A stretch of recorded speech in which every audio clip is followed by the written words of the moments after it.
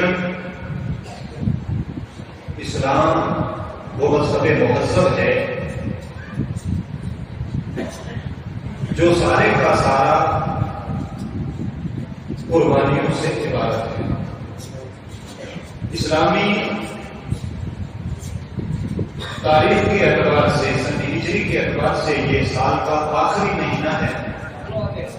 حج کا مہینہ جسے ہم کہتے ہیں، قربانی کا مہینہ، جو حضرت ابراہیم علیہ نبینا علیہ الصلوۃ والتسلیم کے فرزند ارجمند حضرت ذبیح اللہ سیدنا اسماعیل علیہ نبینا علیہ الصلوۃ والتسلیم کی ہمیں یاد دلاتا ہے. اور اس ماہ کے بعد جو اسلامی سن ہجری کا پہلا مہینہ ہوگا محرم الحرام کو لباس رسول، جگر گوشہ رسول، سید الشہداء حضرت سیدنا امام علی مقام سیدنا امام حسین اور ان کے وہ رفقا اور احبا جو ان کے ساتھ کربلا میں شہید ہوئے ان کی یاد دلاتا ہے. قربانی کیا ہے، اس تعلق سے میں چند باتیں آپ کے کچھ گزار کروں گا، مگر مختصراً، کیونکہ قربانی ایک خاص عمل ہے جو اکثر لوگ اس کو ادا کرتے ہیں اور کرنی چاہیے کیونکہ یہ ہم پر واجب بھی ہے. قربانی کے معنی ہے اللہ کا تقرب حاصل کرنا.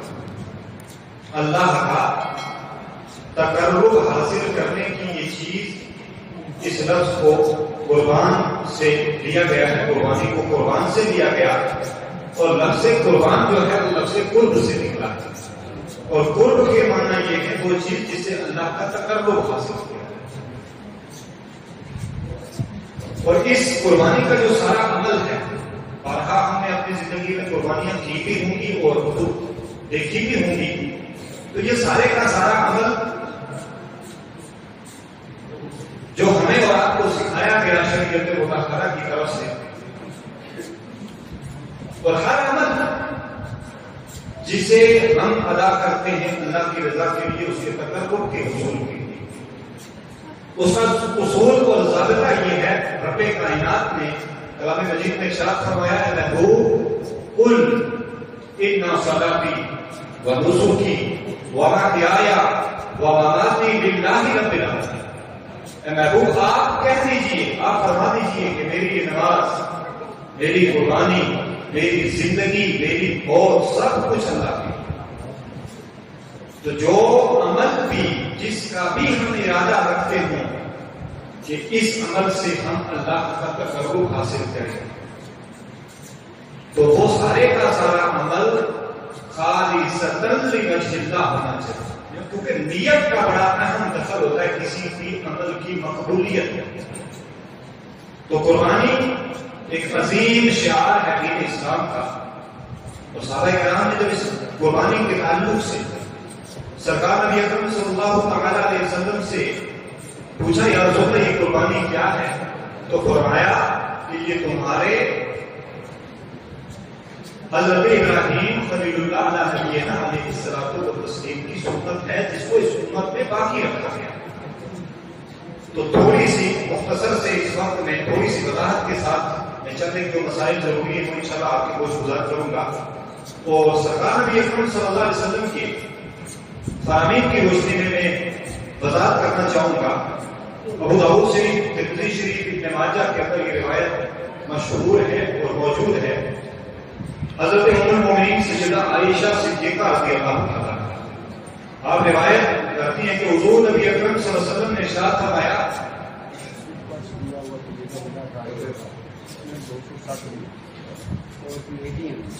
آپ صلی اللہ علیہ وسلم نے ارشاد فرمایا، سیدہ عائشہ روایت کرتی ہیں کہ یوم النحر یعنی 10ویں ذی الحجہ میں، چونکہ قربانی کے آپ جانتے ہیں کہ 10ویں ذی الحجہ کو یہ کام نماز عید کے بعد نہیں کرنا ہوتا ہے، نماز عید ادا کرتے ہیں اور اس کے بعد جن احباب پر قربانیاں واجب ہوتی ہیں وہ پھر قربانی کا عمل شروع کرتے ہیں.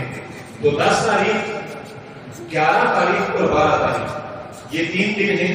ان 3 دنوں میں ہمیں قربانی کرنی ہوتی ہے. سرکار نے فرمایا کہ یوم النحر میں، کیونکہ یوم النحر 3 ہے، 10 بھی ہے، 11 بھی ہے اور 12 بھی. سرکار نے فرمایا یوم النحر میں ابن آدم کا کوئی عمل اللہ کے نزدیک خون بہانے سے یعنی قربانی کرنے سے زیادہ پیارا نہیں ہے.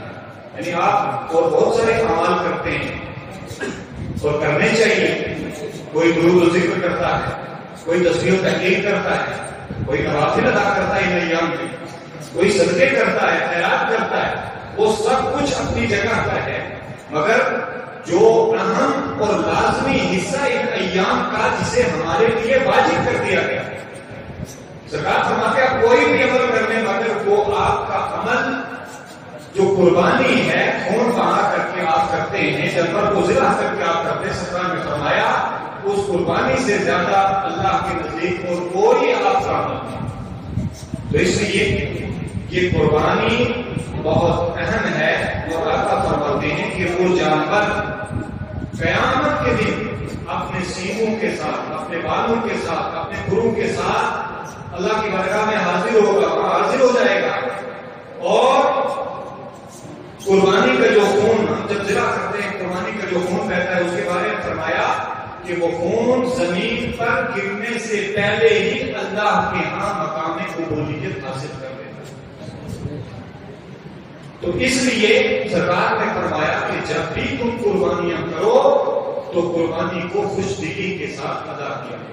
دو تین چیزیں بڑی اہم یہاں پر جو ان سے ہمیں تعلق ہے اور ان ایام میں خاص کر کے ہمارے ذہن میں وہ ہونی چاہیے کہ گھر میں ہمارے یہاں اگر 4 فرد ہیں کسی کے گھر میں, یا 5 فرد ہیں یا 8 فرد ہیں, تو ایک رواج ہے ہمارے یہاں اکثر و بیشتر کہ گھر کا بڑا جو ہوتا ہے تو باریاں لگائی جاتی ہیں. یعنی 5 افراد ہیں, پانچوں اپنا اپنا کماتے ہیں اور اپنی اپنی حیثیت میں مالی طور پر وہ سب کے ساتھ اگر صاحب نصاب ہے. تو یہ یاد رکھیں کہ ان 5 پر الگ الگ قربانی بھی واجب ہوگی. لیکن ہم یہ سوچتے ہیں کہ گھر میں اگر ہم 4 فرد ہیں, 6 فرد ہیں, 7 فرد ہیں, کتنے بھی ہیں, تو ہم سوچتے ہیں جو ہمارا ہیڈ ہے, جو ہمارا بڑا ہے, وہ اپنی طرف سے کر لے, یا وہ کسی کا نام تجویز کر دیتا ہے بھائیوں میں سے یا بیٹوں میں سے یا بیٹیوں میں سے یا اپنی اہلیہ کا یا اپنا جس کا بھی, تو ہم سوچتے ہیں کہ پورے گھر کی طرف سے قربانی کافی ہو جائے گی. ایسا نہیں ہے. اگر سب کے سب یا ان میں سے چند وہ اپنا اپنا کاروبار کرتے ہیں, مالی حیثیت میں وہ سب کے سب صاحب نصاب ہیں, تو ان سب پر جو بھی صاحب نصاب ہوں گے الگ الگ قربانی ان پر واجب ہوگی. یہ ہمارے ذہن میں ہونا چاہیے. آقا کریم سید عالم صلی اللہ علیہ وسلم کے کو حدیث پاک ہے, قرآن شریف کے اندر یہ حدیث پاک موجود ہے. سیدنا امام حسن ابن علی مولا کائنات کے فرزند انجمن امام حسن مجتبی رضی اللہ تعالیٰ کی یہ روایت ہے. انہوں نے فرمایا کہ سرکار نبی اکرم صلی اللہ علیہ وسلم نے فرمایا جس نے خوش دلی سے طالب ثواب ہو کر قربانی کی, وہ قربانی اس کے لیے جہنم کی آگ سے پردہ بن جائے گا, وہ حجاب کی صورت اختیار کر لے گی. تو گویا قربانی بہت اہم ہے ہماری, اور اتنی اہم ہے کہ اس کو وجوبیت کا درجہ حاصل ہے. تو یہ ہمارے اوپر لازم ہے, واجب ہے, ادا کیے بغیر کوئی چھٹکارا. تو جن احباب کے پاس بھی اتنا مال ہو کہ وہ نصاب کی حد تک پہنچتا ہو, اگرچہ پہلے آپ کے پاس جیسے آج 8 تاریخ ہے, ذی الحج کی 7 تاریخ, آج آپ صاحب نصاب نہیں ہے, اتنا مال نہیں ہے کہ آپ پر قربانی واجب ہو. لیکن جب 10 تاریخ آئی تو آپ کے پاس اتنا مال آ گیا کہ آپ صاحب نصاب ہو گئے, تو آپ کو قربانی واجب ہو جائے گی. پہلے سے صاحب نصاب ہونا ضروری نہیں. اگر اسی دن ان 3 ایام میں کسی بھی وقت جو ایام النحر ہے, قربانی کے دن مخصوص ہیں, ان دنوں میں جب بھی آپ کے پاس اتنا مال آ گیا کہ آپ پر قربانی کے لیے وہ اس حد تک پہنچتا ہو کہ وہ نصاب کی حد کے پار ہے, تو آپ کے اوپر قربانی لازم واجب ہو جائے گی, اور وہ آپ نے کرنی. اور قرآن شریف کے اندر حضرت ابن عباس سے عبداللہ ابن عباس رضی اللہ تعالیٰ کی روایت موجود ہے. سرکار نبی اکرم صلی اللہ علیہ وسلم نے ارشاد فرمایا کہ جو پیسہ, کیونکہ ظاہر سی بات ہے جانور قربان کرنے کا حکم ہے, تو جانور بہت سارے لوگ ہیں, بہت سارے کا اکثر لوگ ایسے ہیں، 95% لوگ ایسے ہیں جو خرید کر کے جانور کی قربانی کرتے ہیں. تو خرید و فروخت میں چونکہ پیسے کا استعمال ہوتا ہے، یا جہاں بھی جو جس طرح کا رواج ہو، کہیں سونا چاندی سے ہوتا ہوگا، کہیں دینار درہم سے ہوتا ہوگا، ہمارے یہاں روپیہ چلتا ہے جو سکہ عید الوقت ہے. سرکار نے ارشاد فرمایا کہ جو روپیہ عید کے دن قربانی میں خرچ کیا گیا اس سے زیادہ اور کوئی ایسا روپیہ اور پیسہ نہیں جو اللہ کے ہم مقبول ہو. کیونکہ آپ جب جانور کے مالک بنتے ہیں تو ظاہر ہے کہ اس کا عوض اور اس کی قیمت ادا کرتے ہیں. وہ کسی بھی صورت میں آپ ادا کرتے ہیں تو وہ جو قیمت جو اس کا عوض بن رہا ہے، اس کا بدلہ بن رہا ہے، اس کے لیے سرکار فرماتے ہیں کہ وہ جو آپ نے اللہ کی رضا کے لیے خرچ کیا، وہ چاہے روپے پیسے کی صورت میں ہو، چاہے نقد کی صورت میں ہو، چاہے جنس کی صورت میں ہو، جس صورت میں بھی آپ نے وہ عوض ادا کیا ہے اللہ کے نام پر اور اس کے واجب کردہ اس قربانی کو ادا کرنے کے لیے سرکار فرماتے ہیں اس سے زیادہ بہترین عمل اور اس سے زیادہ بہترین عوض اور روپیہ پیسہ کوئی نہیں. اب یہاں پر بہت سارے ایسے ذہن کے لوگ موجود ہیں اور آپ نے بھی سنا ہوگا اور باضابطہ طور پر اس کا پرچار کیا جاتا ہے لوگوں کی طرف سے. وہ کہتے ہیں کہ جب قربانی کے یہ 3 دن آتے ہیں تو پوری دنیا کے اندر جہاں جہاں مسلمان موجود ہیں صرف آپ حج کا اندازہ لگا لیں کہ حج کا اتنا بڑا اجتماع جہاں پر 40-50 لاکھ لوگ ہوتے ہیں تو کتنے جانور وہاں پر ذبح ہوتے ہیں، کتنے جانور لاکھوں کی تعداد میں کرتے ہیں. اور پھر پوری دنیا کا اگر آپ معائنہ کریں، مشاہدہ کریں تو کروڑوں کی تعداد میں جانور ذبح ہوتے ہیں. تو بعض لوگ وہ ہیں جو صرف ظاہر کو دیکھتے ہیں اور وہ کہتے ہیں کہ ان 3 دنوں میں اتنا زیادہ جانوروں کو ذبح کیا جاتا ہے، اتنا خون پایا جاتا ہے اور اتنی وافر مقدار میں گوشت ہوتا ہے کہ اب ہمیں اس چیز کی طرف جانے کی ضرورت نہیں ہے. کیونکہ قربانی کے دن اکثر لوگ قربانی کرتے ہیں گوشت گھر بھر لے، بلکہ اب تو ہر گھر میں مل جاتا ہے، آسانی مل جاتا ہے. تو کچھ لوگوں کا نظریہ یہ ہے، وہ کہتے ہیں کہ نہیں، چونکہ بہت زیادہ کثرت کے ساتھ ان دنوں میں جانور کٹتے ہیں اور گوشت بھی وافر مقدار میں موجود ہوتا ہے، جو نہیں کھا سکتا اس کو بھی مہیا ہوتا ہے، مل جاتا ہے، میسر آ جاتا ہے. وہ کہتے ہیں کہ نہیں، قربانی کی جتنی قیمت بنتی ہے، مان لیں ایک جانور چونکہ چھوٹا جانور جو ہوتا ہے وہ 1 سال کا کم از کم ہونا چاہیے اس کی عمر، اور بڑا جو جانور ہوتا ہے اس میں 2 سال کی عمر اور اس میں 3 سال کی عمر بھی ہے. خیر اس کی وضاحت آگے ہے کہ انشاءاللہ میں آپ کو بتاؤں گا. تو وہ ایک جانور لینے کے لیے آپ لاکھوں لاکھ روپے بھی خرچ کرتے ہیں اور کم سے کم ہزاروں میں تو وہ جانور ملتا ہے. یعنی 5-10 ہزار کم سے کم اس کی ایک حصہ ہی اگر آپ نہیں رکھتے ہیں بڑے جانور کے اندر تو 5 سے 7 ہزار 10 ہزار کا. اور اگر الگ سے آپ جانور خریدتے ہیں تو 20-20 ہزار روپے کا، 40 ہزار کا. چھوٹا جانور ہے تو کم سے کم 7-8 ہزار سے لے کر کے 20-30 ہزار تک کا ملتا ہے. تو ان لوگوں کا جو صرف ظاہری طور پر دین کو سمجھنے کی کوشش کرتے ہیں وہ کہتے ہیں کہ نہیں، چونکہ بہت زیادہ گوشت ہوتا ہے، بہت زیادہ خون پایا جاتا ہے، بہت زیادہ قربان کر کے ان کو جانوروں کو کاٹا جاتا ہے، تو لہذا ان دنوں میں اب ہمیں یہ چاہیے کہ ہم اپنے غریب بھائیوں کی مدد کریں. یعنی ایک الگ نظریہ انہوں نے قائم کیا جو سراسر جو ظاہر ہے حدیث کا مفہوم اور وطن اس کے خلاف ہے. سرکار کہتے ہیں، سرکار نے فرمایا، جیسے میں آپ کے سامنے حدیث پڑھی، سرکار فرماتے ہیں کہ اس دن میں آپ کوئی بھی عمل کر لیں، وہ کتنا ہی بڑا مقبول عمل کیوں نہ ہو، لاکھوں روپے آپ صدقہ و خیرات کرتے ہیں، لاکھوں مسکینوں کو آپ کھانا کھلا دیں، آپ بیواؤں کی مدد کریں، بے کسوں بے سہاروں کے آپ سہارا بن جائیں، وہ اپنی جگہ پر ہے، ثواب آپ کو ملے گا. لیکن اگر آپ اپنی قربانی روک کر کے یہ عمل کر رہے ہیں تو آپ کو اگر ایک طرف آپ 1000 لوگوں کو کھانا کھلاتے ہیں، ان کی مدد کرتے ہیں، ان کا سہارا بنتے ہیں، اور دوسری طرف اس قربانی کو عمل کو رکھیں تو قربانی کے عمل کو آپ کا یہ 1000 لوگوں کا کھلانا نہیں پہنچ سکتا. یعنی جتنا ثواب اس قربانی 5 یا 10 ہزار روپے کی قربانی یا جتنے کی بھی ہو، اس میں جو ثواب ہے وہ اگر آپ لاکھوں بھی خرچ کر دیں دوسرے کسی کام میں اتنا ثواب آپ کو نہیں ملے گا. لہذا یہ نظریہ کہ ذبح نہیں کرنا چاہیے، گوشت کی واحد مقدار ہوتی ہے، یہ ایک الگ نظریہ ہے جو خالی ذہن اور جنہوں نے دین چونکہ بنیادی طور پر احادیث سے اخذ کیا جاتا ہے. سنت رسول اللہ سے قرآن ہے، سنت ہے، احادیث ہمارے پاس موجود ہے، اجماع امت ہمارے پاس موجود ہے. تو اب اجماع سے ہٹ کر کے، احادیث کے ظاہری مفہوم سے ہٹ کر کے، قرآن کی نصوص سے ہٹ کر کے اگر کوئی اپنا نظریہ پیش کرتا ہے تو اس کا نظریہ ایک طرف، قرآن و سنت ایک طرف. تو ہمیں قرآن و سنت پہ عمل کرنا ہے اور وہی ہمارے لیے بہتر ہے اور اسی میں ہمارے لیے بھلائی ہے.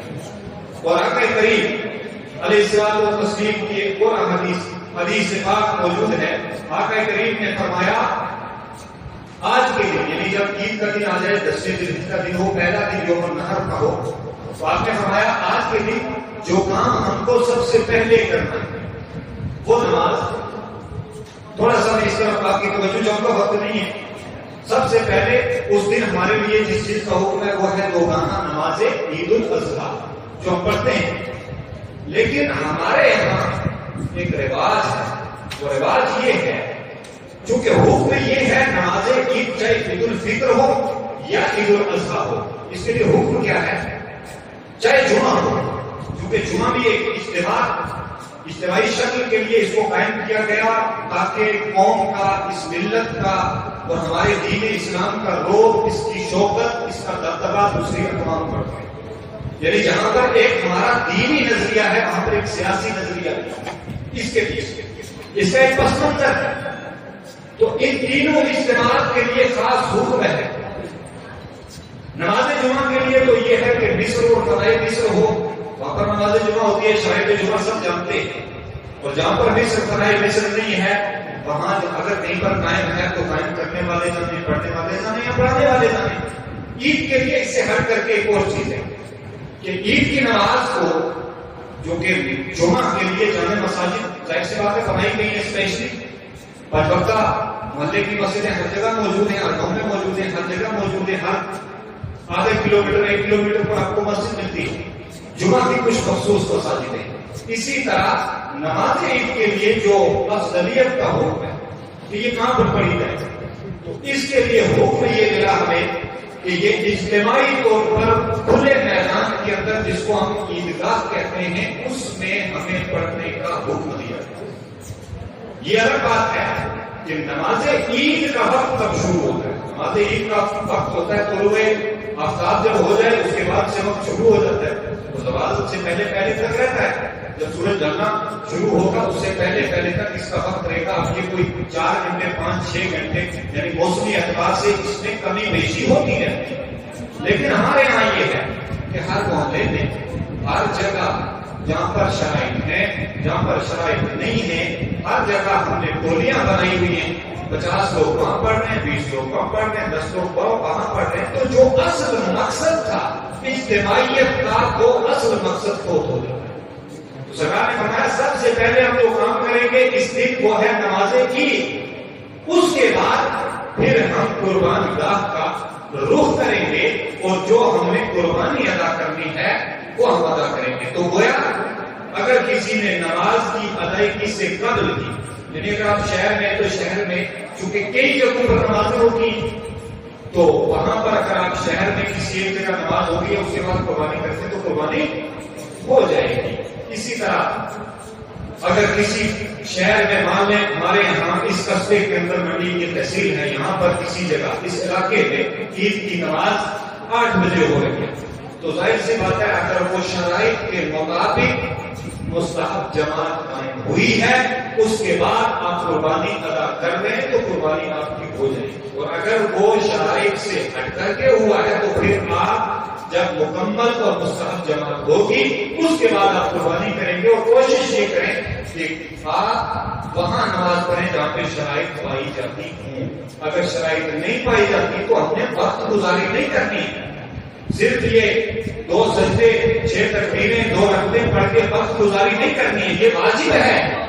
اور اس کا وجوب بہت اہم ہے، اس لیے کیونکہ سال میں ہمیں 2 مرتبہ عید الفطر اور عید الاضحیٰ جن کی نمازیں ہمارے ذمہ واجب ہیں اور میدان میں ان کو ادا کرنا یہ افضل ہے. اور یہ سنت مصطفیہ صلی اللہ علیہ وسلم حضور کی سنت ہے. ہاں یہ الگ بات ہے کہ کبھی مجبوری کی وجہ سے موسم خراب ہے، بارش ہو رہی ہے، آپ میدان میں نماز نہیں کر سکتے، تو پھر آپ جو جامع مسجد ہے وہاں پر پڑھے نماز۔ لیکن ایک روٹین بنا دینا اور ایسی جگہوں پر لوگ نماز پڑھتے ہیں جہاں جمعہ ہی نہیں ہوتا، یعنی جہاں جمعہ قائم نہیں ہے، ایک کو قائم کر لیا لوگوں نے، جہاں ہوتا تھا نہیں ہوتا تھا وہ ایک الگ بات ہے۔ بہت ساری ایسی جگہوں میں لوگ نماز پڑھتے ہیں بھوکوں میں کہ جہاں پر وہاں جمعہ بھی قائم نہیں ہے، یہاں تک کہ پنج وقتہ بھی قائم نہیں ہے، وہاں مسجد بھی نہیں ہے، ایک تلہ سا مل گیا وہاں پر نماز پڑھی اور مطلب وقت گزاری کے سوا، اور اس کو کیا کہا جاتا ہے، باقی اللہ تبارک و تعالیٰ ثواب دینے والا ہے ان کے لیے، تو وہ ایک الگ معاملہ۔ لیکن شرائط کا لحاظ رکھنا اور شریعت نے جو وضع جو طریقہ ہمارے لیے کیا ہے اس کا خیال کرنا، یہ ہم سب کی ذمہ داری ہے۔ اللہ تعالیٰ ہم سب کو عمل کی توفیق عطا فرمائے۔ چونکہ وقت نہیں ہے، انشاءاللہ عید کے دن اس کی مکمل وضاحت جو مسائل